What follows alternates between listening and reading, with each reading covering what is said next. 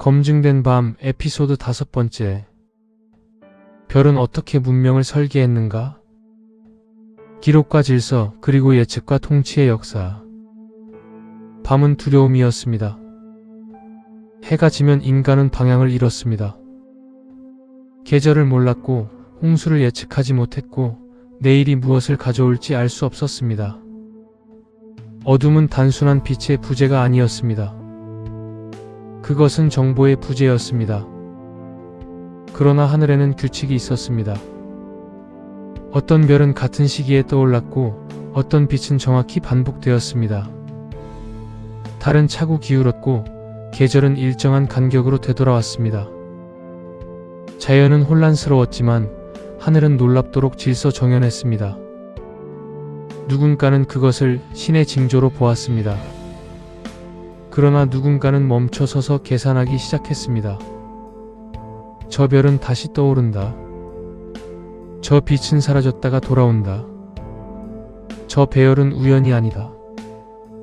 그 순간 인류는 변하기 시작했습니다. 우리는 반응하는 존재에서 예측하는 존재로 이동했습니다. 예측은 단순한 지식이 아니었습니다. 그것은 생존을 앞당기는 기술이었습니다. 홍수를 하루 먼저 알 수 있다면, 씨앗을 일주일 먼저 뿌릴 수 있다면, 전쟁을 한 달 늦출 수 있다면 그 차이는 곧 권력이 됩니다. 문명은 바로 그 이동에서 시작되었습니다. 별은 인류 최초의 데이터였습니다. 그리고 데이터를 해석하는 자는 자연보다 한 발 앞에 설 수 있었습니다. 그 한 발은 작았습니다. 그러나 그 미세한 차이가 인간과 자연의 관계를 뒤집었습니다. 공포는 계산으로 바뀌었고 두려움은 체계가 되었습니다.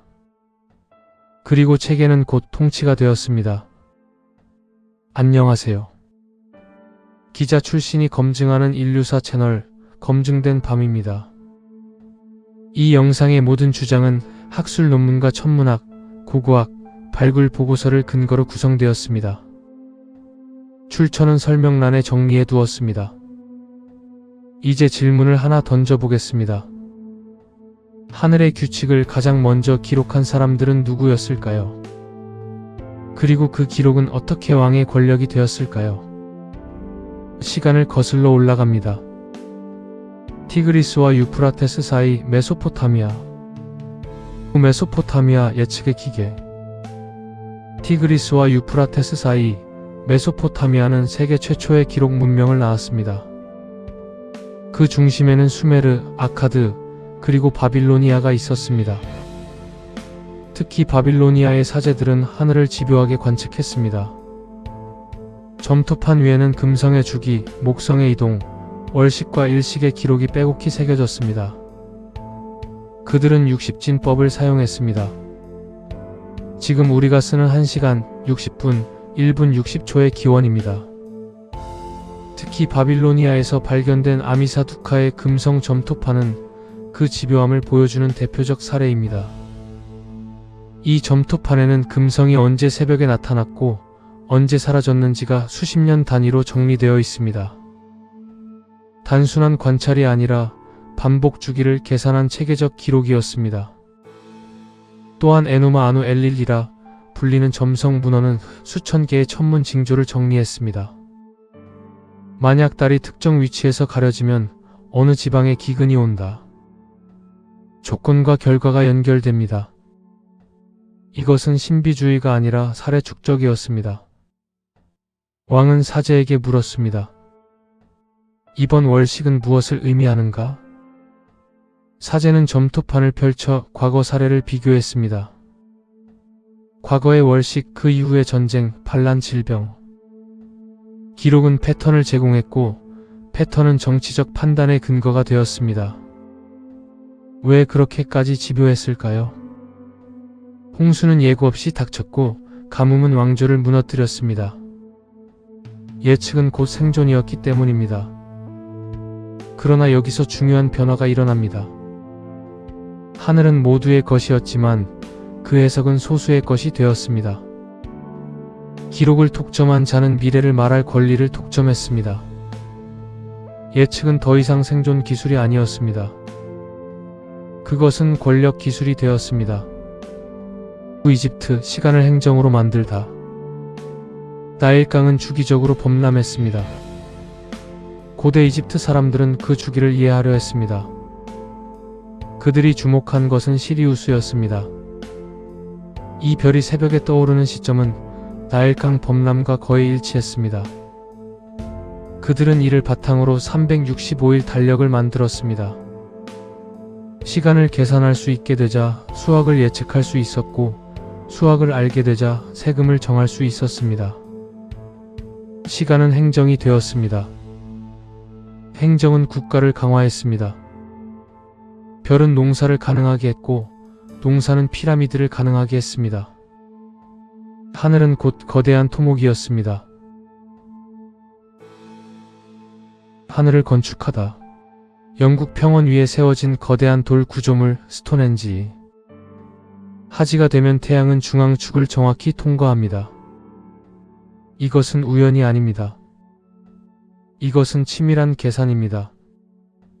외곽의 원형해자 사르센 석재 고리, 중앙재단을 가로지르는 축선은 정교한 기하학을 이룹니다. 특히 힐스톤은 하지 일출과 거의 완벽히 정렬되어 있습니다. 문자가 없어도 괜찮습니다. 돌이 곧 기록이었기 때문입니다. 거대한 돌은 침묵하지만 그 침묵 속에는 선언이 담겨 있습니다. 우리는 하늘을 읽는다. 질서는 건축이 되었습니다.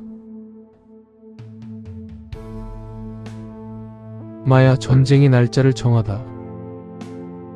중앙 아메리카의 마야 문명은 금성의 주기를 정밀하게 계산했습니다. 드레스덴 코덱스에는 금성의 584일 주기가 기록되어 있습니다. 특정 위상에서 금성이 떠오르면 전쟁 개시일로 간주되었습니다. 왕은 말할 수 있었습니다. 이 전쟁은 내가 선택한 것이 아니라 하늘이 명령한 것이다.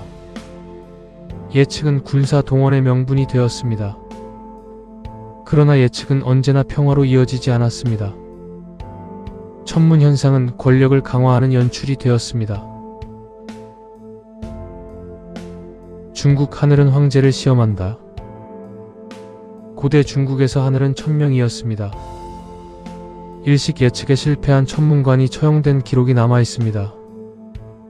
하늘의 질서가 어긋났다는 것은 황제가 천명을 잃었다는 신호였습니다. 혜성이 나타나면 민심이 요동쳤고, 지진이 발생하면 황실은 사죄 의식을 치렀습니다. 예측 실패는 정치 실패였습니다.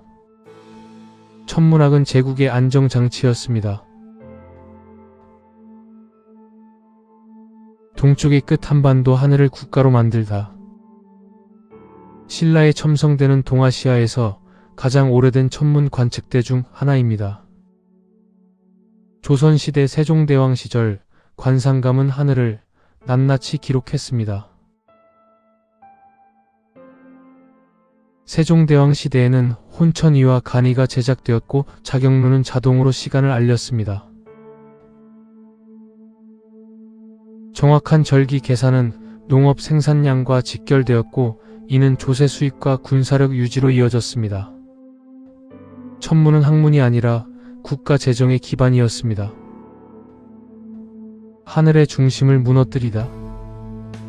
니콜라우스 코페르니쿠스는 계산으로 우주의 구조를 재배열했습니다. 그러나 충돌은 다음 세대에 폭발합니다.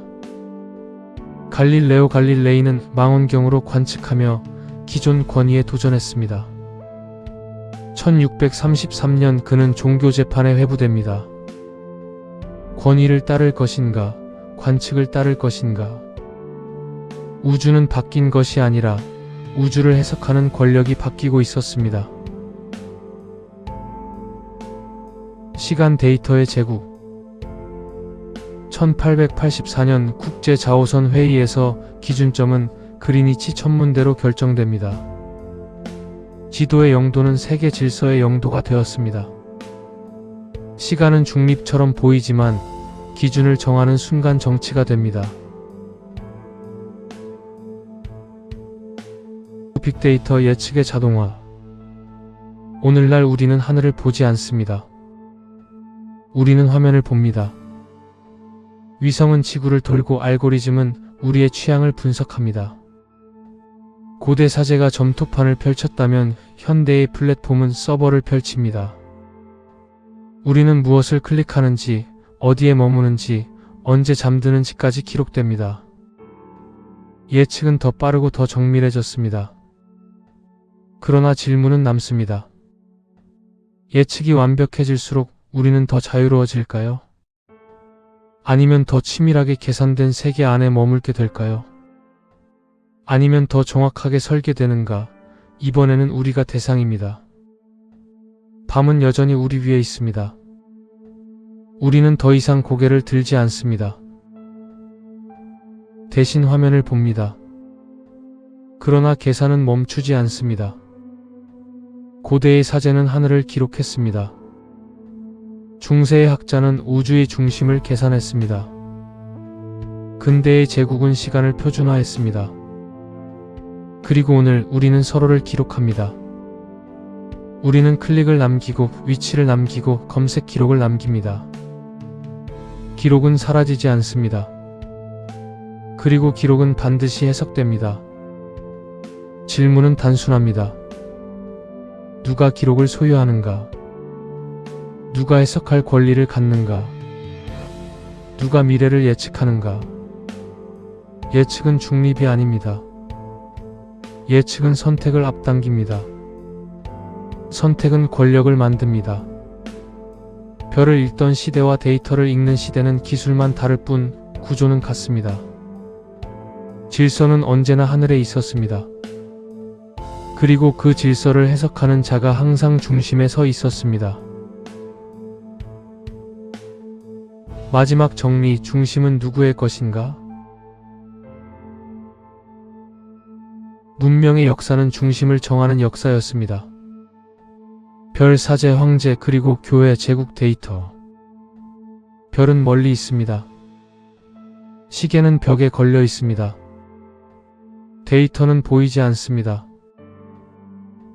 그러나 세 가지 모두 우리가 움직이는 방식을 설계합니다. 예측은 우리를 안전하게 만들었습니다. 동시에 우리를 구조 속에 넣었습니다. 중심을 설계하는 순간 미래의 방향은 이미 결정됩니다. 이제 질문은 하나입니다. 그 중심은 누구의 것인가?